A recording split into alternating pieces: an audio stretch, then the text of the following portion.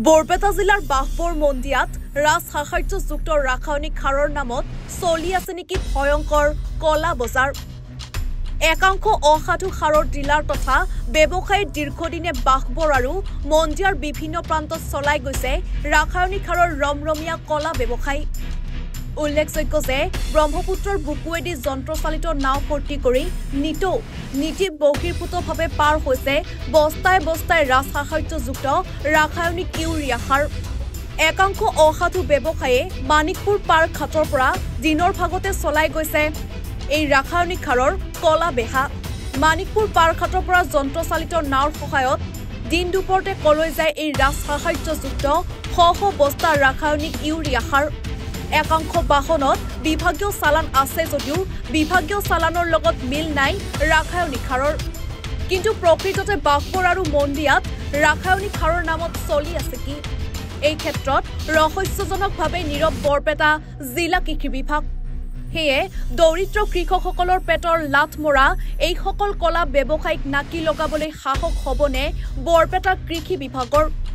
সেয়া হ'ব পৰৱৰ্তী সময়ত অধিক লক্ষণীয়। শেহতীয়াকৈ বৰপেটা জিলাখনত অত্যাধিক দুৰ্নীতিৰে ভৰপূৰ হৈ আছে।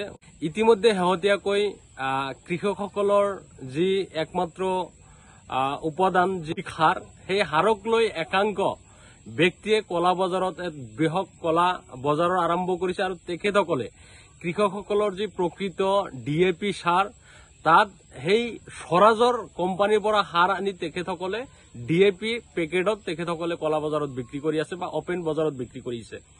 এই ক্ষেত্ৰত বৰপেটা জিলাৰ এগ্ৰিকালচাৰ বিষয়া অনতি পলমে পদক্ষেপ গ্ৰহণ কৰিব লাগে। ইতিমধ্যে আমি দেখা পাইছো কেইবাটাও সংবাদ মাধ্যমত প্ৰকাশ পাইছে যে তেখেতসকলে কেনেকৈ প্ৰচেছিং কৰে, ক'ত প্ৰচেছিং কৰে আৰু ইয়াৰ সৈতে কোন কোন ব্যক্তি জড়িত হৈ আছে। তাৰ পিছতো আজি সপ্তাহ 10 দিন হৈ গ'ল, তাৰ পিছতো আমি বৰপেটা এগ্ৰিকালচাৰ বিষয়ৰ কোনো ধৰণৰ হস্তক্ষেপ দেখা নাই। আচলতে ভাৰতবৰ্ষৰ কৃষকসকলক যি সুৰক্ষা আৰু যি ন্যায়ৰ কথা কৈছে প্ৰধানমন্ত্ৰী ডাঙৰীয়াই, সেই ক্ষেত্ৰত কিন্তু বৰপেটা জিলা প্ৰশাসনে কোনো ধৰণৰ আমি পদক্ষেপ দেখা নাই। গতিকে আমি স্পষ্টভাৱে দাবী জনাইছো অতি পলমে সোনকালে কৃষকসকলৰ ন্যায্য আৰু ন্যায়ৰ কাৰণে তেখেতসকলে কাম কৰিব লাগে। আৰু ইউৰিয়া সাৰ মন্দিয়া বজাৰৰ পৰা নাও পথৰে ইতিমধ্যে অসম ৰাজ্যৰ বাহিৰত মেঘালয় ৰাজ্যলৈ এই সাৰ সৰবৰাহকাৰী কিছুমান ব্যক্তি ইয়াৰ সৈতে জড়িত হৈ আছে। আচলতে ইউৰিয়াৰ এই সাৰৰ লগত যিসকল সাৰ সৰবৰাহকাৰী যিসকল আছে, আমি দাবী জনাইছো অতি সোনকালে বৰপেটা জিলা প্ৰশাসনে, এগ্ৰিকালচাৰ বিষয়াসকলে তেখেতসকলে পদক্ষেপ ল'ব লাগে, যাতে কোনো পদেই কৃষকসকলৰ ন্যায় আৰু ন্যায্য দাবীৰ পৰা যাতে বঞ্চিত। মন্দিয়াৰ পৰা সাবেত আলী ৰিপৰ্ট, NE/24। অভিনয় কৰাৰ হেঁপাহ আপুনিও পঢ়ি ৰাখিছে নেকি? আপোনাৰ অভিনয় কৰাৰ অভিজ্ঞতা নাই? কোনো কথা নাই, আপোনাৰ বাবে আহিছে সোণালী সুযোগ। 29 ছেপ্টেম্বৰত দিনৰ 9 বজাৰ পৰা নিশা 8 বজালৈ বলিউড তথা হলিউডৰ চিনেমাৰ বাবে অডিশ্যন হ'বলৈ গৈ আছে গুৱাহাটীৰ কাহিলীপাৰাস্থিত জ্যোতি চিত্ৰবনত। 5 বছৰ বয়সৰ পৰা 17 বছৰ ব্যক্তিয়ে কৰিব পাৰিব অংশগ্ৰহণ।